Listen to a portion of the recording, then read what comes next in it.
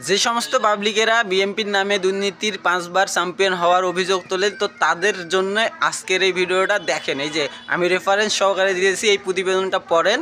যমুনা টেলিভিশনের নিউজ করছিল, ঠিক আছে? তো এই প্রতিবেদনটা পড়েন, তাহলে ক্লিয়ার হয়ে যাবে যে কি দুর্নীতিতে কে ছিল চ্যাম্পিয়ন আর কে ছিল না, ঠিক আছে?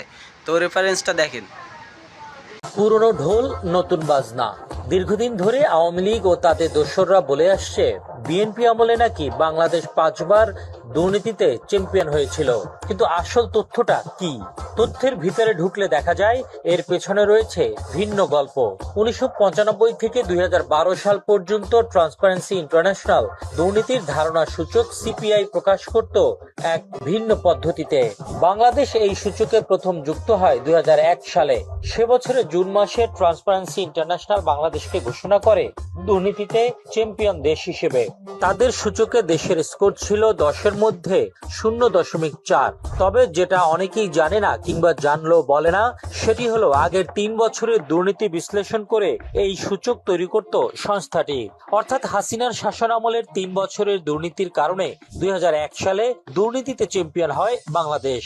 বিএনপি ক্ষমতায় আসার মাত্র 10 মাসের ব্যবধানে বাংলাদেশের স্কোর 0.4 থেকে বেড়ে হয় 1.2, অর্থাৎ দুর্নীতি কমতে শুরু করে।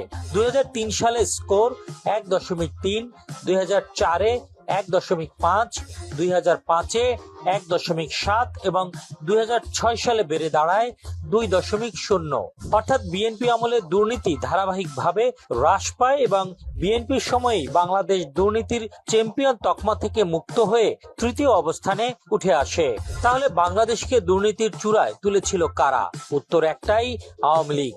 আর দুর্নীতি কমিয়েছিল বিএনপি সরকার। তবু এই তথ্য বেশিরভাগ গণমাধ্যমে আসেনি কখনো। প্রোপাগান্ডা ছড়িয়ে মানুষের মনে গেঁথে দেওয়া হয়েছে বিএনপি আমলেই দুর্নীতি ছিল চূড়ান্ত রূপে। বাস্তবতা বলছে সম্পূর্ণ উল্টো কথা। গত 15-16 বছরে ব্যাংক লুট হয়েছে, $200 বিলিয়ন পাচার হয়েছে,